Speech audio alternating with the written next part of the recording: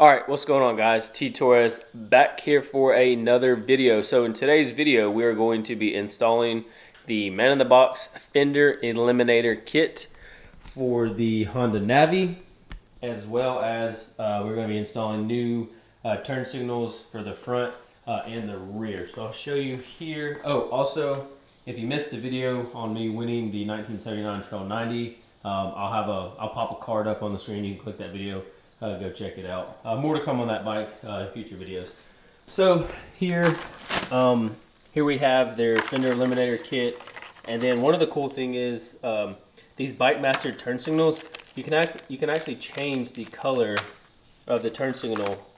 As you can see right now, they are just black inserts, and they are smoked tail lights, or excuse me, turn signals. And then these are the adapters for the front. Okay, and then you get the actual mounting bracket plate, and then you get the LED, not the LED, but the actual turn signal holder itself along with that. I just already had assembled it off camera, and then we have these resistors to install along with this relay, so we don't get no hyper flash. But I thought it was super cool that you could change out these colors on these turn signals if you wanted. So pretty much, delete this old bulky one, and we're going to put this nice slim one with the new LED turn signal. So let's go ahead and dive right into today's install. Side note, when I was at the small bore meet, one of the guys, I don't know, it might have even been me, we got a screw in the Navi tire. I did a hellacious burnout the week prior, and it was time to get a new tire anyways, but it was really hard to find a 190/10 for the Navi, so we're running a Shinko 90/90/10. Yeah, as far as I know, it rides very good, and this big old bulky fender has got to go. And then I believe the Yosh exhaust for the Navi should be on pre-order within the next few days of this video going live, or it may even be out for pre-order once this video goes live. All right, first things first, let's go ahead and identify the actual turn signals. They're going to be this blue, these two greens that are doubled up in here, and these orange. So go ahead and get those disconnected. And then you have two 12mm bolts that you're going to bust loose, and that's going to allow you to drop the entire rear license plate bracket and the turn signals. Okay. Them bad boys is on there tight from the factory.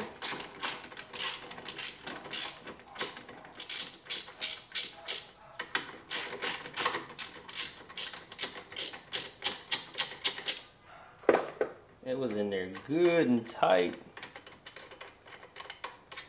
Got that. We got one of them out. Got the other one out. What else am I missing? Should be it. Oh, I see. It slides down. All right. So it takes a little finessing to get it out, but there are two little black screws right here. And what I did was I turned the fender, or not the fender, but I turned this bracket piece kind of sideways, because you got to be able to get this through the hole right here. Just kind of turned it sideways and worked it right out. All right, so I got everything kind of roughly mocked up. So whenever you're plugging your turn signals back in, your left is orange and your right is blue. And like I said, these are the resistors that I got from Man-in-the-Box. I'll have a link down in the description to everything, the Fender Eliminator, the resistors, everything that I bought. Oh. All right, so as you can see, there is the turn signal working now. There is one other relay that we have got to install. Oh, this thing focus. Progress. Yeah, we're just gonna install this, and I believe it sits right here under the battery tray. So we'll get a Phillips head, and let's get the top of this battery tray off. All right, next step, or next piece of the puzzle. There's a black resistor that sits right here. You're gonna want to pull this boot down a little bit, and I can't do it one-handed, but you're gonna push this little tab in, boom, pop that sucker off, and That's where that resistor goes. Let me get it plugged in and I'll show you what the turn signals look like now. Now that we have that in, of course that's not where I'm going to have it sitting, but I'll go ahead and turn the turn signals on for you now. I think it slowed it down a little bit. Like I said, there's not going to be any hyper flash anymore. And then whenever we do the front turn signals, it'll be all good to go. Since we have everything plugged in back here, and we have the resistor all tied in. So here's the first look at the actual Fender, the Fender Eliminator. I think it looks absolutely great. I love it. So just in the process of turning the turn signals on, those few times that it did, the battery actually is like almost dead. But luckily, I won a battery charger from the Barber Small Bore event. So I'm gonna let this charge up and we're gonna move on to doing the front turn signal. So we're gonna go ahead and remove this bezel piece here. I don't have everything finished tucked up here, but I will say down here, don't forget to put your black screws back in and then tighten your actual mount down in the back.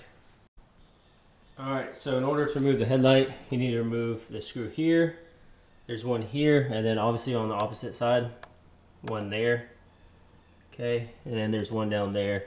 And then to remove the headlight, let me put you guys back on the tripod. All you're gonna do is literally pull this clip straight back to you, and then boom, the headlight is out. And it is almost 8 o'clock and it's still 85 degrees outside, and I'm sweating my butt off making this install video for you guys. So as you can see here is the turn signals. The right turn signal is blue, and then the left one is orange, and then the greens are your ground. So I'm gonna get those unplugged, get them removed, and then I'll show you how to set up the front turn signals. All right, in order to get this nut off the turn signal, it is a pain in the rear. I'm talking about there's just absolutely like no room. So what I did was I stuck my 14 on it the best I could, stuck this in there like so, and then boom, I was able to bust it loose. That was not cool. There's literally no room to get in there. So hopefully that helps out. It was extremely a pain in the rear, but we got it out. So let's go ahead and mock up the right side turn signal. All right, so the next thing I want to show you is these nice little inserts that mnnthbx made, and boy do they fit nice and snug and perfect. So great work, the mnnthbx team, for developing these. Let's see if I can do this one-handed. Nice and snug. We'll run the turn signal through there, and then we'll put our washer on the back side. But man, that is super nice. I believe that's 3D, maybe carbon fiber. I don't remember what they said it was, but like I said, I'll have a link down in the description to everything that you need for today's video. God, it is so hot. I'm dying. I figured I'd wait till it cools off, but I literally have sweat in all the places imaginable. Send that through there, just like so. Whoops, sorry. Then we have our little washer that comes through here, comes through there. Send that bad boy down the wire. Whoops, let's do one at a time here. And then we'll send the red one through. Okay. Let me get this all mounted up, and then we will test the right side turn signal. Man, that looks so much better over the factory big bulky turn signals. Comment down below and let me know what you guys think so far of the new turn signals and the Fender Eliminator. All right, here goes nothing. Let's try it out. Boom, perfect. No hyper flash or anything. So let me go ahead and do the other side, get everything buttoned back up, and yeah, that wasn't too bad at all. Of course, the frogs love making noises whenever I'm filming a video, but if I'm not filming a video, they're completely quiet. So sorry about the frogs in the background. All right, left side is now done. I'm gonna tell you right now,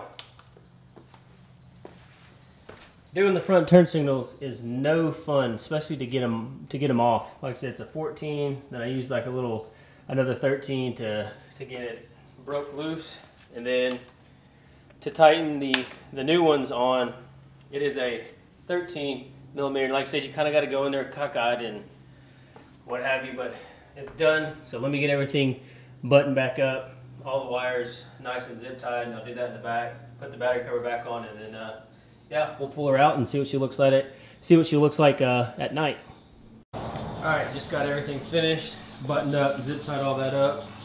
Zip tied under the seat. Here's a look at the Fender Eliminator. I think it looks absolutely sick. I like how it's kind of bent up a little bit. Looks pretty good. Let's fire the bike up. Man, I can't wait for that yoke exhaust to come out. Turn signals. Oh yeah, that's what the bike needed. Different turn signals. Let's turn the light off.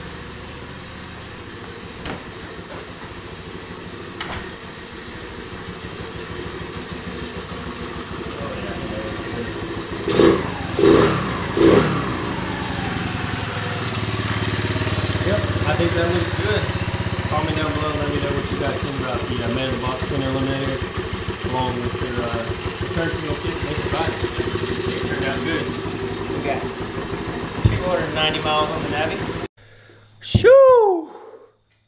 I am extremely hot and sweaty. I can't wait to jump in the shower. But big shout out to Man in the Box for making an awesome Fender Eliminator kit. Making the front adapter pieces for the turn signals. Like I said, if you guys are interested in getting the Fender Eliminator, these turn signals, along with the resistors and the relay, I'll have a link down in the description as well. My garage is an absolute mess. It's going to drive me up a wall, so I got to get everything cleaned up. And I'm going to go take the Navi for a ride so I can cool off a little bit. And yeah, that's going to do it for today's video. Thank you all so much for stopping to the channel. If you are stopping here for the first time, we just hit 20,000 subscribers. Thank you all so much. So please hit that subscribe button, turn on your post notifications, leave this video a big thumbs up, and comment down below what you want to see next with the Navi. Thank you all so much for watching. Peace.